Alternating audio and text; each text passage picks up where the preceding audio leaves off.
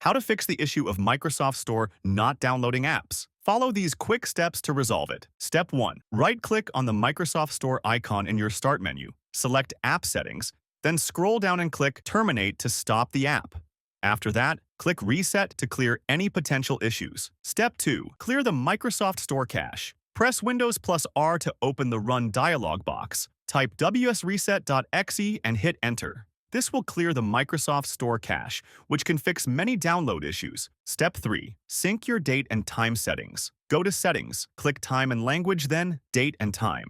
Toggle on Set Time Automatically and Set Time Zone Automatically. Then restart your PC to apply the changes. Step 4. Check for Windows updates. Go to Settings and click Windows Update and install any pending updates. Updates often include fixes for Microsoft Store bugs. And that's it. These steps should resolve the issue and get your Microsoft Store downloading apps again. If this helped, don't forget to like and subscribe for more tech fixes.